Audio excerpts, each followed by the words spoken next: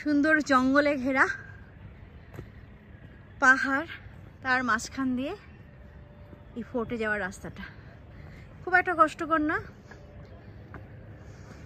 ওঠাই যায়, কোনো কষ্ট বিশেষ হচ্ছে না এই ফোর্টে যেতে,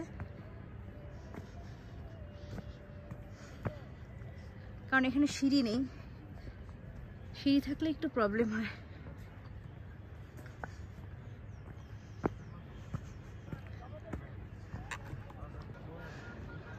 উপর থেকে শহরের ভিউটা জাস্ট দেখুন।